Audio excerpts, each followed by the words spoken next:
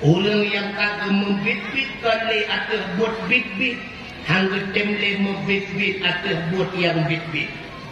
Ikut pengajian buat bit-bit, tapi hangga temle membit-bit. Buat dengar dakwah buat bit-bit, tapi hangga temle membit-bit. Sehingga ramai katanya orangnya dengan sebab hantar temle buat. Hukum hanale katanya paham. Sehingga apa yang terjadi dalam masyarakat orangnya jauh menyimpang dengan aturan agama.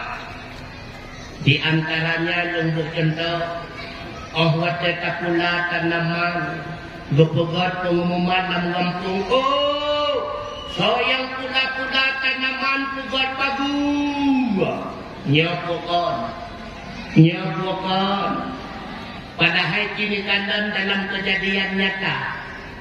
Na pernah tanaman ya pukaru lumo, na pernah ibu dah capi gege babah lumo na. Yang na pocit lumo ijak baca, yang patut kapago capli pu lumo. Lumo kupu sini pago capli.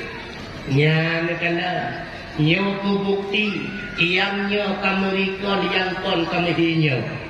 Maka lumo kami hiulung po lumo kami hilumo. Orangnya. Maka tujuan petugas dakwah yang nakenyo nyawa adalah pengajian akbar. Kegelan kau pengajian tiap malam dan menasa mungkin hanan saja. Gecok inisiatif seperti tungkuimu, seperti tungku kesi Tuhan Tuhan apa? Berpegatlah acara pengajian akbar yang nakenyo.